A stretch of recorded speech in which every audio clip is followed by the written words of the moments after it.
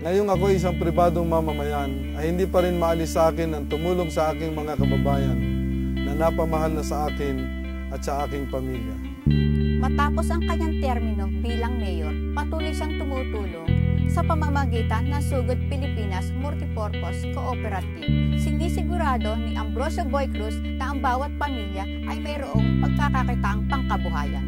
At hindi nawala sa akin ang pagsuporta sa iba't ibang environmental projects at charity works, sapagkat ako at ang aking pamilya ay nais kong maging halimbawa o ehemplo ng aking komunidad na tumutulong kanino man na walang hinihintay na anumang kapalit.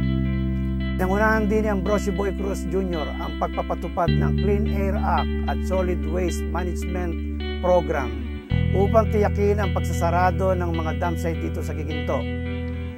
Saludo kami sa kanyang makakalikasang pamamahala at siya ay nagtatag ng isang Enliven Giginto Project upang tiyakin ang kalinisan ng kailugan dito sa Giginto na kung saan kami rin ang makikinabang.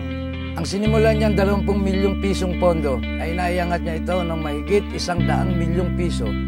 Nang dahil dito, maraming mamamayan niya tulad ko ang nakinabang sa mahusay niyang pamumuno ng bayan.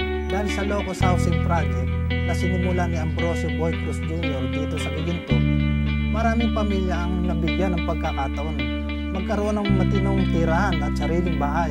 Isa po ako sa miyembro ng Green Ladies, ang grupong sumusuporta sa mga adikain ni Ambrosio Boy Cruz Jr. sa paghubog, pakikipagkaisa sa mga gawain pangkalinisan dito sa Bulacan. Sa sektor ng pag-aalaman, malaki ang naitulong ni Ambrosio Boy Cruz sa mga taga-Giginto. Siya rin ang author ng Halamanan Festival at siya rin ang nagtayo ng Garden City Multipurpose Cooperative na kung saan ang mga miyembro ay mag-aalaman. Kaya nagpapasalamat kami kay Ambrosio Boy Cruz. Gayon din ang Sugod Bulacan Movement na may layunin ng magandang pagbabago para sa isang malinis na pamamahala para makatulong sa pamilyang Bulacan. Mula sa pagiging 4th class municipality ng Giginto, naiangat ni Ambrosio Boy Cruz Jr. na maging 1st class municipality noong panahon ng kanyang panunungkulan bilang siyang mayor. Dahil sa husay ni Ambrosio Boy Cruz Jr. bilang mayor ng Giginto, maraming mga karangalan ang kanyang tinanggap mula sa iba't ibang organisasyon na naniniwala sa kanyang husay bilang pinuno ng bayan at komunidad. Naipatayo ni Ambrosio Cruz Jr. ang bagong gusali ng munisipyo ng Giginto na may 3 palapag kung saan maraming kababayan natin ang nakikinabang. Malaking tulong itong binigay na patulgar ni Ambrosio Boy Cruz Jr. dito sa 14 na barangay dito sa Giginto.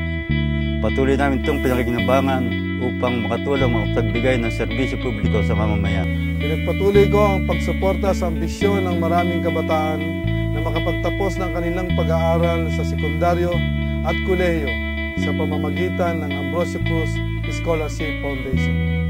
Sa kanyang 3 termino bilang alkalde ng Giginto, Bulacan, pinatunayan ni Ambrosio Boy Cruz Jr. ang malinis na pamamahala.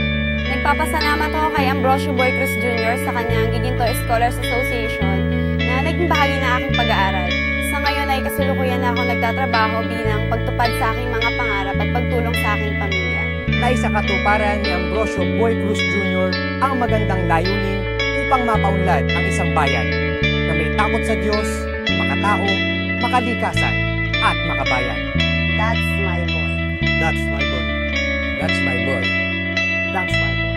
That's my boy. That's my boy. That's my boy. That's my boy. That's my boy. That's my boy. That's my boy. That's my boy! At susugod tayo para sa pagbabago. That's my boy!